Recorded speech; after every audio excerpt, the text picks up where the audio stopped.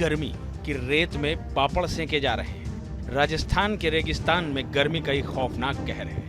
ये viral video Bikaner का बताया जा रहा है। 44 डिग्री तापमान का ये कहर है। पाकिस्तान की सीमा पर बीएसएफ के जवान ने पापड़ को रेत के नीचे रखा और कुछ ही देर बाद गर्मी की तपिश में सेंककर करारे कुरकुरे पापड़ तैयार हो गए। गर्मी का ये सबसे प्रचंड रूप है। दिल्ली के साथ साथ पूरा उत्तर भारत उबल रहा है। एक तो लगातार बढ़ती सूरज की तपिश, दूसरी तरफ गर्म हवा का अटैक। गर्मी का ये double attack out of control होता जा रहा है। सबसे बड़ा सवाल हीट वेव का है। अहम सवाल है कि 3 गुना क्यों बढ़ा हीट वेव का कहर? कब तक इसी तरह प्रचंड गर्मी की मुसीबत रहेगी? क्या नौतपा के दौरान और बढ़ेगी गर्मी की मुसीबत? 25 मई से नौतपा की शुरुआत हो रही है। नौतपा यानी प्रचंड गर्मी के 9 दिन। मौसम विभाग पहले ही 9 दिनों के दौरान भीषण गर्मी की भविष्यवाणी कर चुका है। अहम सवाल है कि क्या जून में भी भीषण गर्मी से जंग होगी? इस सवाल का जवाब जानने से पहले देश के अलग अलग हिस्सों में गर्मी के प्रकोप की बात कर लेते हैं।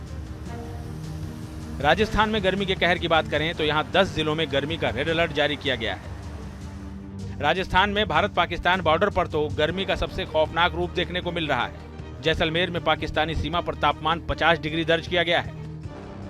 वहीं शेखावटी इलाके के पिलानी में तापमान 47.2 डिग्री दर्ज किया गया है। पूरे राज्य में औसत से ज्यादा तापमान की भविष्यवाणी की गई है। अगले 48 से 72 घंटों में राजस्थान के अधिकतर इलाकों में अधिकतम तापमान में और 1 से 2 डिग्री सेल्सियस की बढ़ोतरी होगी। यानी कि जिन इलाकों में फ़िलहाल तापमान 46 से 47 डिग्री सेल्सियस दर्ज हो रहा है, 23-24 मई तक आप देखेंगे कि उन इलाकों में तापमान 48 डिग्री सेल्सियस तक रिकॉर्ड होने की संभावना है। इस वक्त पूरे उत्तर और पश्चिम भारत में भीषण गर्मी का प्रकोप देखने को मिल रहा है। यूपी की औद्योगिक राजधानी कानपुर की ये तस्वीरें हैं। यहाँ गर्मी और लू के थपेड़ों से लोग बेहद परेशान हैं।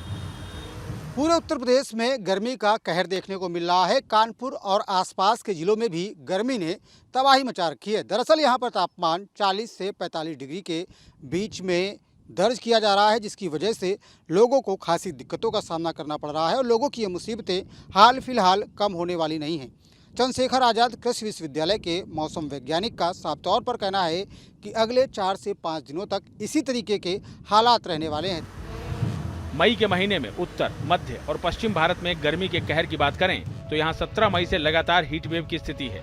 मई के महीने में 8 से 11 दिन हीट वेव का अनुमान है। आमतौर पर मई में 2 से 3 दिन ही हीट वेव चलती है। उत्तर और मध्य भारत में तापमान सामान्य से 2-3 डिग्री ऊपर रहने का अनुमान है। गर्मी का कहर इतना ज्यादा है कि लोगों की सेहत पर इसका असर दिखने लगा है। अस्पतालों में लोगों की संख्या बढ़ती जा रही है। ये 2 तस्वीरें दिल्ली से सटे नोएडा और गाजियाबाद की हैं। यहाँ गर्मी की वजह से लोग बीमार पड़ रहे हैं। दोनों शहरों में अस्पतालों के अंदर लंबी लाइन लगी हुई है। राजधानी दिल्ली में भी इस वक्त भीषण गर्मी का प्रकोप है। दूसरे राज्यों के साथ साथ दिल्ली में भी गर्मी का रेड अलर्ट है। राजधानी में गर्मी की वजह से बिजली की डिमांड आसमान पर है। दिल्ली में बिजली की डिमांड 7,717 मेगावाट पहुंच चुकी है। यह अपने आप में एक रिकॉर्ड है। भीषण गर्मी की वजह से बिजली कटौती भी शुरू हो चुकी है। मेरठ में लोग परेशान हैं। यहाँ इन्वर्टर भी फेल हो रहे हैं।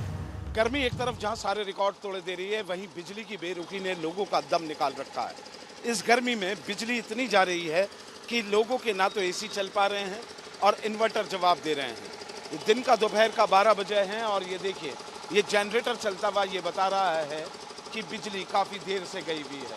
बिजली विभाग की माने तो ओवरलोड होने की वजह से ट्रांसफार्मर फूक जा रहे हैं। ऐसे में जनरेटर या इन्वर्टर का सहारा है। और इस गर्मी के मौसम में जब दिन पूरी तरीके से रेगिस्तान की तरह तब्दील हो चुका हो, ऐसे में यहाँ गर्मी में दिन और रात गुजारना बहुत मुश्किल होता जा रहा है। तय है कि मई में प्रचंड गर्मी का प्रकोप देखने को मिल रहा है। जून में भी गर्मी की आफत से निजात नहीं मिलेगी। मौसम विभाग का कहना है कि जून के महीने में 10 से 20 दिन हीट वेव चलने की आशंका है। आमतौर पर 4 से 8 दिन ही जून में हीट वेव चलती है। साफ है कि गर्मी के जो तेवर हैं, उससे यही लग रहा है कि इस साल भीषण गर्मी के तमाम पुराने रिकॉर्ड टूट सकते हैं। News nation.